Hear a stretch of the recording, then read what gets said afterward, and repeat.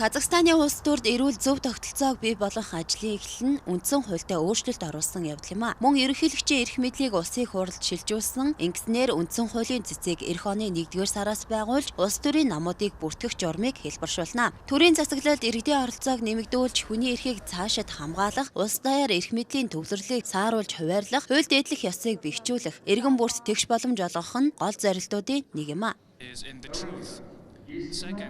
Манай улс олон улсын эрх зүйн хэм хэмжээ зарчмуудыг тууштай дагаж мөрддөгөө. Дэлхийн дэг журмыг өөрчилж улс орны дотоод болон гадаад бодлогод шууд нөлөө үзүүлж болох хууль бус үйлдэлийг таслан зогсоох, ийм үйлдэлийг аль болох гаргахгүй байх чиглэсэн бодлого зарчмыг баримталж ирсэн. Иймээс бүгд найрамдах Казахстан улсын үндсэн хуулийн шинжилт эдгээр зарчмыг баримталж энэ чиг хандлагыг тусгаж өгсөн төдийгүй үндсэн хуулийн өөрчлөлт нь Казахстаны ирээдүйн хөгжлийн чиг баримжааг илэрхийлж байгаа билээ. Мөн үндсэн хуулийн өөрчлөлтөөр ард иргэд төр засаг, нийгмийн харилцаанд шударга ёсны зарчим дээр тулгуурласан төр засаг иргэдийн харилцаа холбоог бий болгоход анхаарал хандуулсан. Тиймээс иргэдийн эрхийг хамгаалах механизмыг бэхжүүлэх, ард иргэдийн засаглалд оролцох оролцоог нэмэгдүүлэхэд чиглэгдсэн.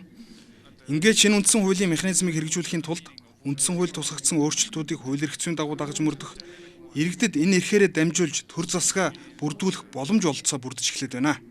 Төр засаг иргэдийн хоорондын уялдаа холбоо хэрсээ хангагдж байгааг хянаж мэдэх гол нэг хүчин зүйлийн нэг нь шударга ёс юм.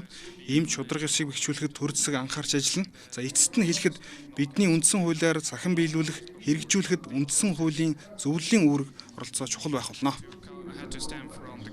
Дээрх зорилт биелэлээ олж хууль хүчин төгөлдөр болсноор улс төрийн тогтолцоог илүү ардчилсан, төрийн эрх мэдлийн салбар хоорондын хяналт, тэнцвэрийн тогтолцоог улам боловсронгуй болгоход хувь нэмэр оруулах юм а. Энэ удаагийн сонгуул нь 1991 онд тусгаар тогтнолоо олж авснаас хойш 7 дахь ерөнхийлөгчийн сонгуул юм а. Энэ удаагийн сонгуул улс төрийн өөр үзэл бодолтой 6 нэр дэвшигч өрсөлдөж байна. Сонгогчид нэр дэвшигчийн хэндэж санал өгөхгүй байх боломжтой. Тус улсын түүхэнд анх удаа 2 эмэгтэй нэр дэвшигч ерөнхийлөгчийн сонгуульд нэр дэвшиж байна. Энэ нь гендрийн тэгш байдлыг хангах, бизнес улс төр дэх эмэгтэйчүүдийн үүрэг оролцоог нэмэгдүүлэхэд чухал ач холбогдолтойг албаныхан онцоллоо.